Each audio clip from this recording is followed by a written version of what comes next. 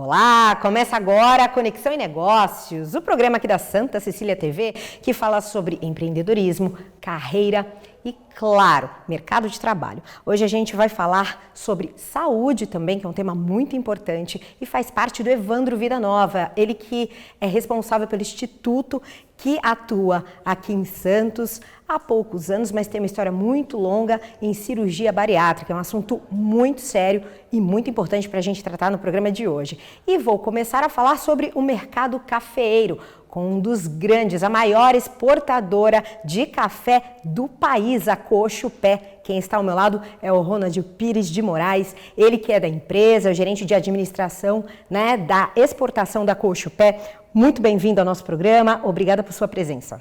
Oi, Patrícia, obrigado. Eu que agradeço. Falar um pouquinho sobre a Cochupé, cooperativismo, café, que é uma paixão nacional, principalmente em Santos, que é uma cidade que tem muito a ver com café. Vamos falar um pouquinho da história da Cochupé, São 90 anos aí no ramo, 60 anos de atividades no corporativismo. Como é que ela funciona? Como é que nasceu a história da Cochupé? A Cochupé nasceu em 1932 como uma cooperativa de crédito agrícola. Ajudava o produtor, financiando a lavoura dele, necessariamente. Mas depois ela se tornou a cooperativa especializada em café. Então, somando os dois períodos, são 90 anos de cooperativismo, ajudando o produtor rural no café. Quais as regiões que a Cochupé atua no momento? A Cochupé hoje ela tem 48 unidades. Essas unidades são filiais, armazéns, lojas, todas para atender o produtor rural, Ela atende no sul de Minas e no Cerrado Mineiro e também São Paulo. Então, esses pontos principais é onde tem a maior quantidade de produtores. A Cochupé hoje conta com 18 mil cooperados, Então, cada cooperado é um produtor, então ele tem a sua fazenda e ele faz a produção de café vinculada à Cochupé. E como é que é fazer ali o controle de qualidade? Porque vocês, ao longo dos anos, têm aí batido metas muito favoráveis, Estão aí entre não só os melhores, São os maiores exportadores do país, mas os grandes do planeta. Então, como é que é manter esse trabalho, como você falou, que é ali do campo, e tudo mais, da colheita, da produção, até fazer com que o café vá mundo afora? Sim. O ponto principal é o atendimento ao cooperado. Por ser uma cooperativa, ela tem que dar o apoio total a ele. E é interessante que 97% desses cooperados, desses quase 18 mil produtores cooperados, são pequenos produtores. Desde a economia familiar, que é aquela lavoura que a família realmente toca no campo, e até os grandes produtores de café. Mas grande parte são pequenos. E o cooperativismo ele é muito importante nisso. Porque ele dá apoio para o produtor. Então, a Cochupé ela faz isso muito bem. Ela ajuda na questão de análise de solo, dá apoio para ele, faz com que ele participe de palestras, reuniões frequentes para dar apoio nele que ele possa produzir um bom café. Hoje, a exigência internacional é muito alta, não só lá fora, aqui no Brasil também, Um exemplo, as cafeterias, Hoje você toma um café de excelente qualidade, é um momento de prazer ali de você, com seus amigos. Então, hoje a exigência por cafés bons, de qualidade, é muito alta. E as certificações provam isso.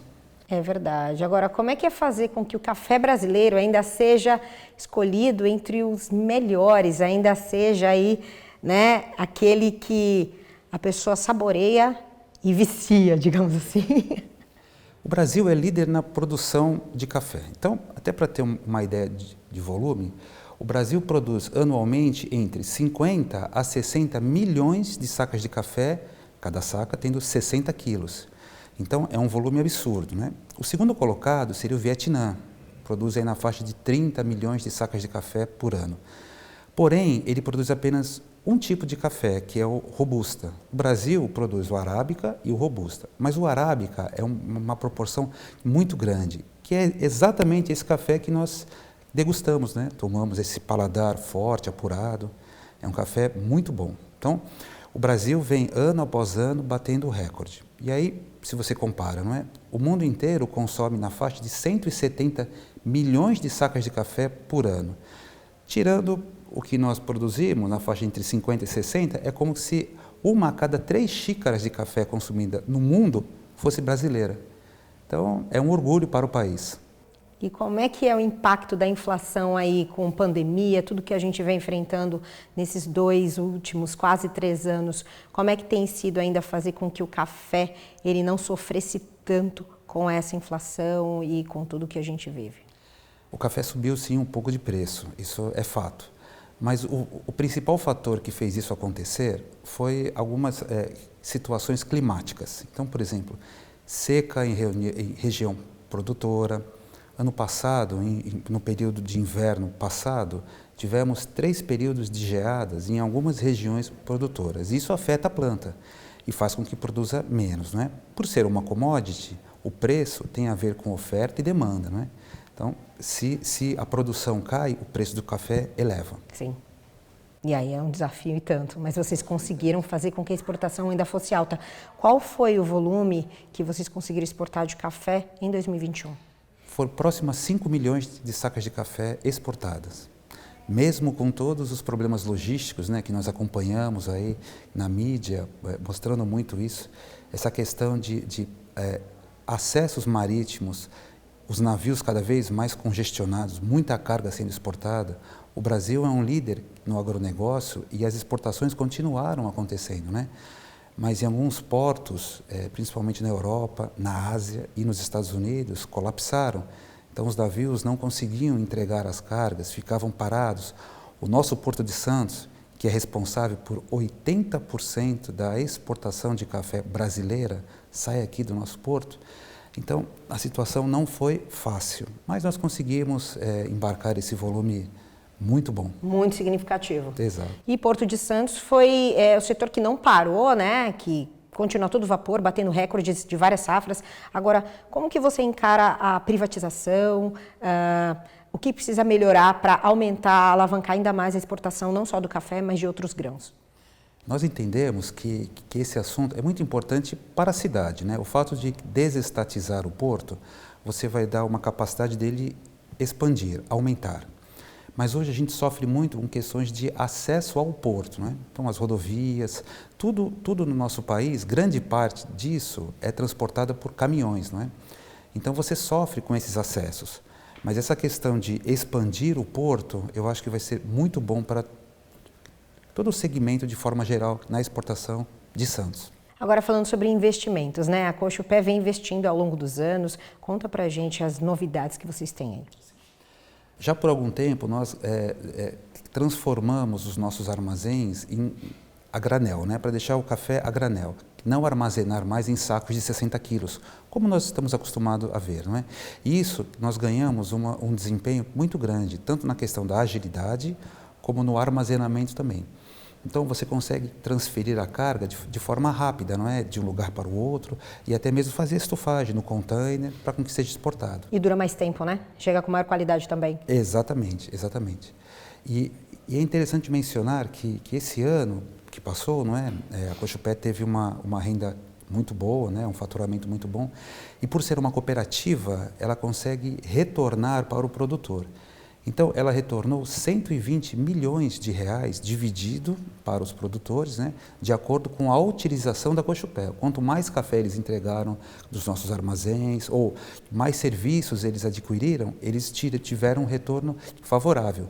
Para ele foi uma alegria muito grande, né, receber esse presente. Com certeza. Agora eu gostaria de saber qual é a filosofia da Cochupé, porque como você está falando de retorno, né, para o produtor, para aqueles que, se não tivesse o apoio de uma grande, né, cooperativa, ia vender ali para o local, ali no bairro, mas no bairro não, perdão, na cidade, enfim, mas não ia conseguir exportar. Né? Ainda mais para fora do país. Então, qual é a filosofia da Cochupé? É agregar capacidade ao produtor. Hoje nós temos que apoiar muito o produtor, porque ele realmente é que vai trazer esse café para a Cochupé. Então, incentivos como eventos que nós temos, a Cochupé faz feiras agrícolas, ela faz atividades diretamente para o campo, para ajudar o produtor. E com isso ele consegue se desempenhar mais e produzir um café de melhor qualidade. E a tua história no café começou como? Faz tempo já. Não vamos falar de idade, mas como é que foi essa paixão? Como é que surgiu? O café é apaixonante, né? A cidade de Santos, o centro da cidade, você anda pelo centro, você sente o cheiro do café, não é? Muito bom. É impressionante isso. O Museu do Café em si é uma história viva ali, fazendo a visita. Além disso, tem a questão de você poder fazer um curso de classificação. Então, eu trabalhei sempre ali pelaquela região e isso trouxe bastante carinho pelo café, né? E acaba virando realmente uma paixão, não tem como sair disso. Com certeza. Quantos tipos de café que existem? Sempre perguntam, existe um número específico? Não, o café ele é feito o seu blend, não é? Então, cada produtor de café, ou cada torrador, ele monta um blend. E aí vai de você entender o gosto, né? Sim. Então você vê, tem alguns produtores que fazem as cápsulas, né? E você tem uma infinidade de 30, 40, 50 cápsulas diferentes. Cada um é de uma região produtora ou é de um país produtor. Então você tem uma variedade muito grande de blend, né? Para você poder tomar um bom café que você goste. Saborear aquele que você mais gosta. Exatamente. Como é que você enxerga o futuro do setor cafeiro da Cochupé? Bom, o consumo de café no mundo cresce na média 2% ao ano. Levando em consideração que o consumo é de 170 milhões de sacas, então você vê que as empresas produtoras e exportadoras têm que a cada vez mais se aperfeiçoar, seja na produção como no embarque em si, né? Seja vendendo café no mercado nacional ou no mercado internacional. Então sempre é a busca por qualidade. Então a Cochupé, do lado dela, vem fazendo muito isso, né? Ações de sustentabilidade, para com que o café consiga ser produzido de forma sustentável e ter uma longa vida. Ótimo. Agora, para quem quiser conhecer mais a empresa, a Cochupé, como é que faz? Acesse o site www.cochupé.com.br. Ronald, foi um prazer conversar com você. Mais uma vez, a gente se conhece aí de outras matérias e tudo mais, agora no programa. Agradeço por você encontrar um espaço na sua agenda para nos receber. Ok, Patrícia, obrigado. Eu agradeço a participação. Obrigada, sucesso para você e para todos da Cochupé. E você não sai daí porque eu vou para um breve intervalo e já eu volto para falar sobre cirurgia bariátrica. É daqui a pouquinho.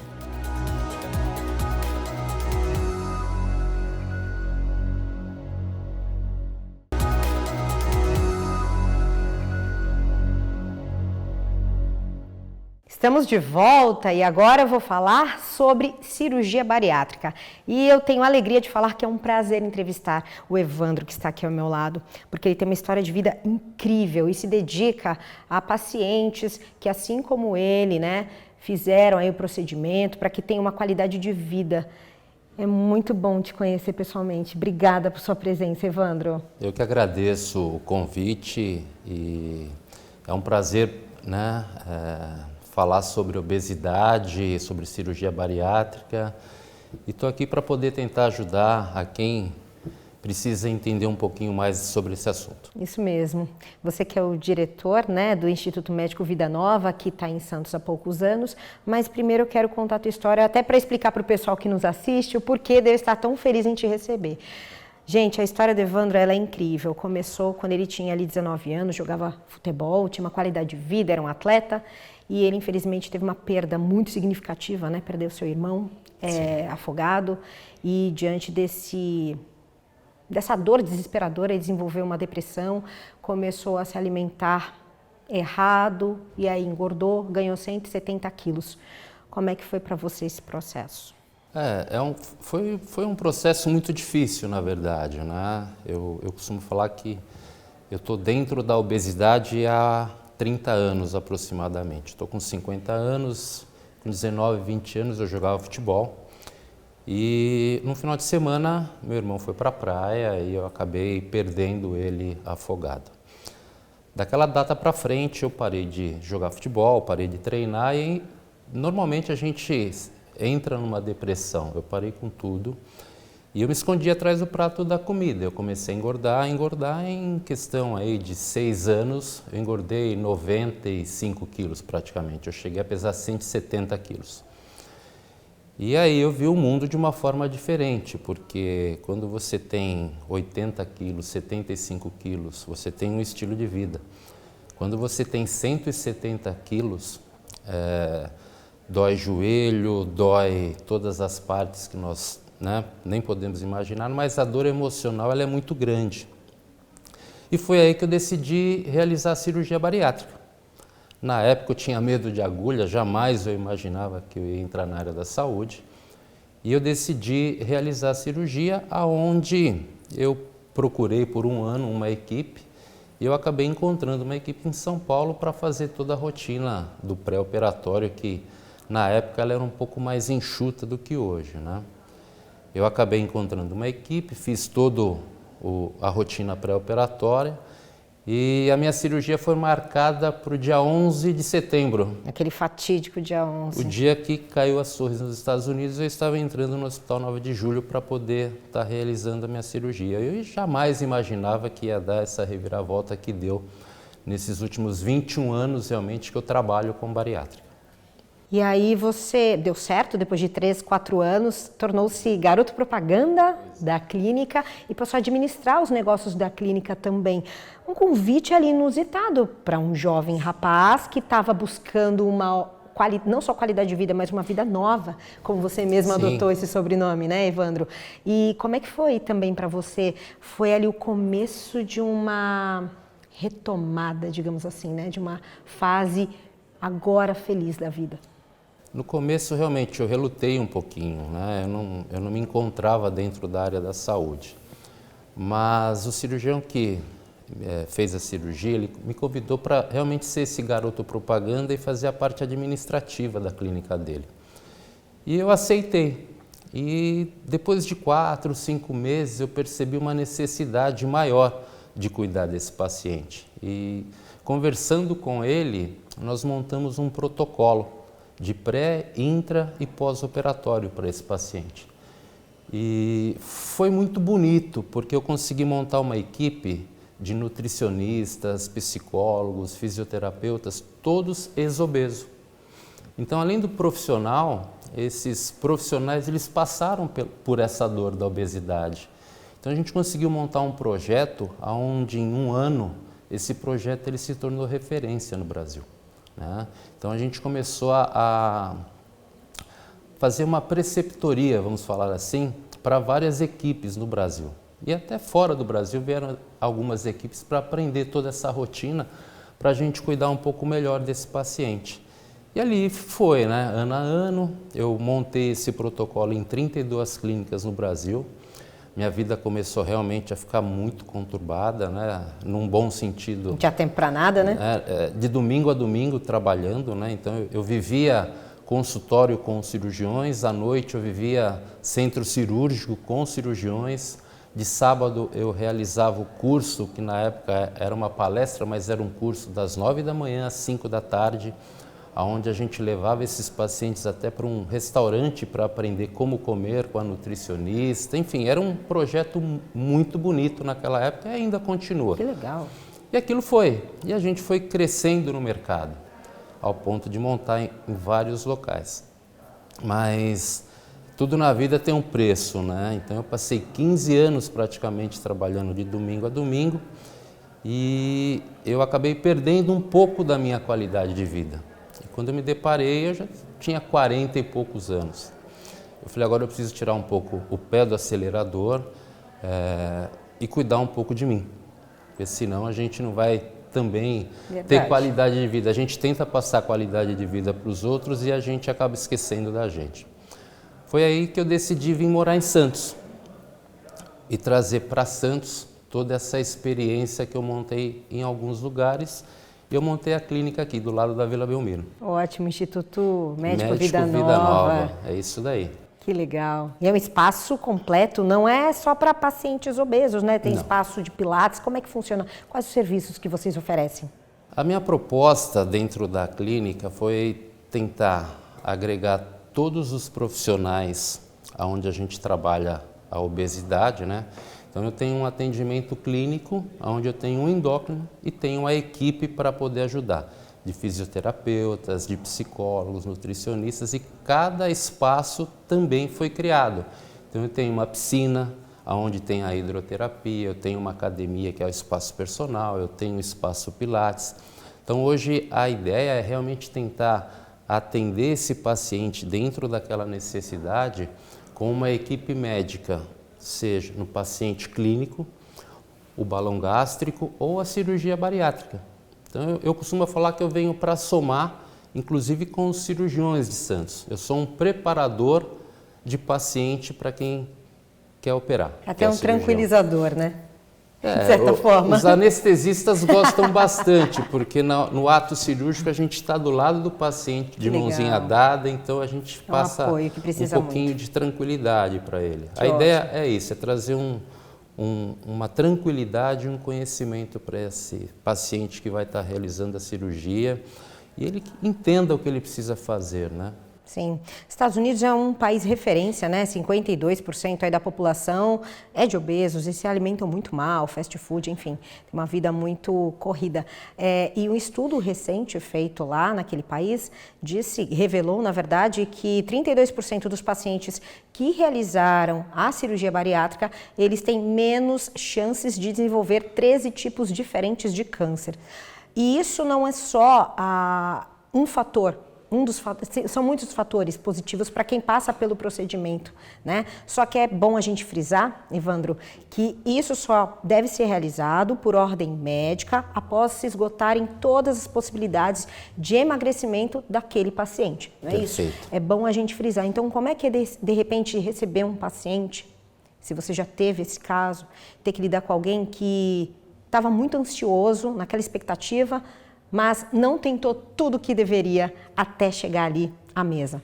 Isso é muito importante colocar em pauta, Patrícia. O paciente obeso, ele é um paciente ansioso, ele quer o resultado, até mesmo porque quando ele chega na clínica para operar, ele já tentou vários tratamentos, mas isso não quer dizer que ele tentou um tratamento mais correto, tá? E para você mostrar que às vezes existe uma outra solução ainda antes da bariátrica, talvez ele fique um pouco decepcionado. Então você precisa entender como falar isso para ele. E quando você passou por uma obesidade, fica mais fácil você explicar o porquê de algumas coisas.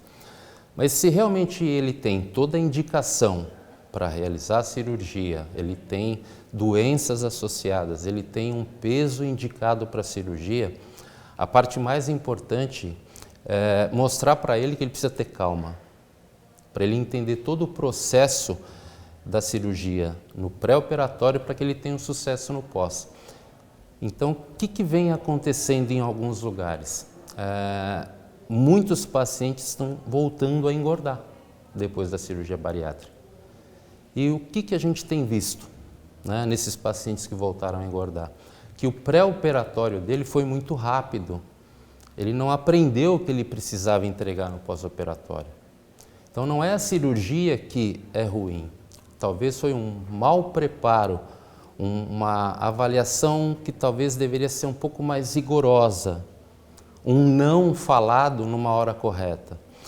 Muitos pacientes, muitos clientes, eu falo que são meus amigos, eles dizem que eu sou Caxias, eu falo muito não, né? Foi difícil eu aprender a falar esse não, porque eu tenho a dor que ele está tendo, né? Ele tem uma dor que eu tive. Então imagina, ele querendo operar, eu sabendo que ele está com dor e eu falo para ele, não é a hora agora. É delicado isso daí, você tem que entender a melhor forma para não machucar mais do que ele já está machucado. Mas quando ele entende isso daí, ele é um paciente de sucesso. Ele não tem complicação no pós-operatório, ele não volta a engordar, ele tem um sucesso e ele acaba sendo o nosso melhor marketing, na verdade. Ele se torna nosso garoto propaganda. Com certeza. Então a ideia é essa, é tentar passar para eles aquilo que eu vivo hoje. Como é que é você falar para essas pessoas, muitas delas tiveram algum trauma como você teve, né? Algum trauma emocional, ou sofreu um bullying ao longo da vida, muitas acabaram engordando e ficando obesas por um fator não só emocional, também é do próprio corpo, né? Sim. Metabolismo, enfim. Como é que é lidar com essas extremidades, com essas diferenças de cada um? Olha, eu vou falar um número que é o número de trabalho que eu tenho nesses 21 anos. Eu já ajudei quase 10.200 pessoas a realizarem a cirurgia, mais de 2.000 balões colocados, né, por onde eu passei. Então, o que eu posso falar para você é que 70% desse fator do engordar é emocional. A gente fazia antigamente aquela regrinha da genética, isso e aquilo do exercício, mas hoje está muito vinculado. E eu te digo isso porque eu fico um pouco na linha de frente da equipe, né? Eu sou uma ponte, paciente, eu e equipe. Ou endócrino, ou cirurgião, ou colocador de balão, que é o endoscopista. E eu escuto esse paciente. Então esse trauma, ele vem de uma perda, trabalho, casal, uma perda familiar como a que eu tive. Então aquilo acaba se tornando realmente o maior trauma dele. Porque ele faz um exercício, ele faz uma atividade, ele come até bem, porém na hora que bate o emocional, ele sai daquele platô. É uma fuga. É a maior fuga. Então a gente deixa aí o conselho para as pessoas que estão se sentindo assim, né? Que elas procurem ajuda. É a melhor coisa que elas devem fazer. E que elas procurem também o seu instituto. Como encontrá-los? Olha, nas mídias sociais, né? Instituto Médico Vida Nova. E eu tô com uma mídia nova agora, o Padrinho Bariátrico. Como é que é para você esse título? É um prêmio, né? Na verdade, poder estar criando um guia de treinamento para cirurgia bariátrica. Então, o nome desse guia vai se chamar Padrinho Bariátrico.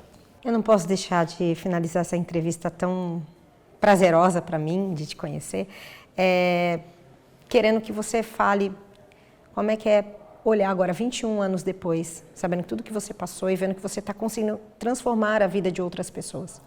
Olha, eu tive uma perda, que foi a perda do meu irmão, que é uma dor muito grande, mas eu ganhei muito nesses últimos 21 anos, né?